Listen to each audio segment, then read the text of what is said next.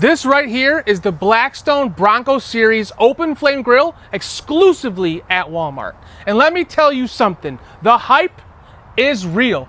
Yeah, you've been in our DMs asking all of the questions, and today we're gonna be going over all of that and giving you all the answers that you need. All right, Keith, question number one, most popular question of all time. How much is this unit? Link in our bio. Hey boys, what's your preferred method for lighting up the Blackstone Bronco open flame grill? Ooh, that's a good question. Let me show you. All right, option one you have is the Bracero, right? So you could put in your sticks or your chunks and then add your charcoal on top. And then as it starts to heat up, you're gonna wanna take your rake and break it down so that they fall under the Bracero, and then you can rake them over under the grill grate. Alternatively, what I like to do is put my charcoal in a charcoal chimney, and then once those are hot, then I will lay them under the bed and then put my wood chunks on top so that I get a nice smoky flavor coming from that charcoal. All right, next question. What kind of charcoal do you use? Is it briquettes or is it that other lumpy looking stuff? We prefer to use lump charcoal because A, it burns hotter, and B, it does not have any chemicals in it like the briquettes does. What kind of wood would you recommend to use? A post oak style wood, cherry wood, or an apple wood, typically like a fruit wood. Next question. Hey boy, how do you control your temperature while you're cooking? That's a great question. Two ways. One, let's open that up. You can adjust your grill grate going up, going down. Obviously, the lower the grate is, the hotter your cook is going to be. Alternatively, option two is your charcoal. Do we want to have it across the entire grill grate as you see it here now? Or do you want to have it more like a zone control where you want this side to be hotter and this side to be a little bit cooler, okay? All you have to do is take your rake and move your charcoals over so that you can control one side being a little bit hotter than the other. And that is how you can control your temperature. All right, next question. Hey boys, how do I test my temperature to know if the grill is too hot or if it's just right? That is a great question. You're gonna be able to test this in three different ways. You're gonna have your high temperature, your medium temperature, and your low temperature.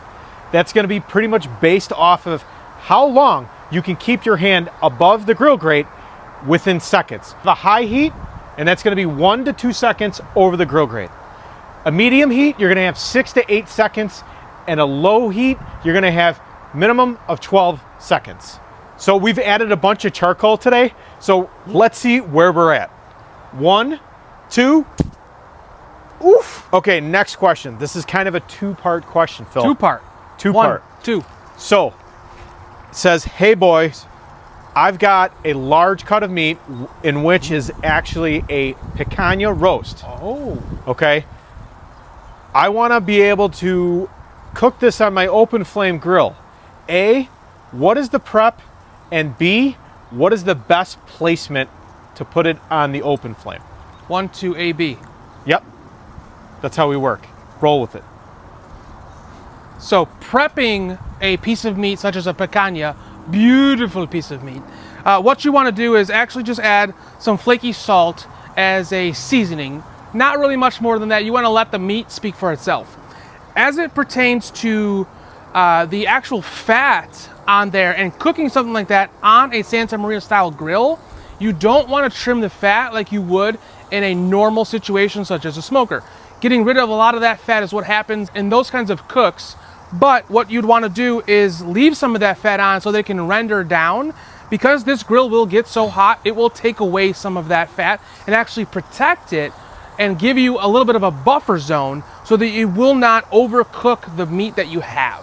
And as for placement, kind of like what I was saying earlier, what you want to do is you want to place the meat on the cooler side versus on the hotter side so that it doesn't burn up too fast. And the closer you are to the Bracero, where everything has been knocked down, there's going to be more coals there. It's going to be on a little bit on the hotter side versus the cooler side. So placing it here will give you more of a buffer zone while you're cooking so that it doesn't burn up your food too fast.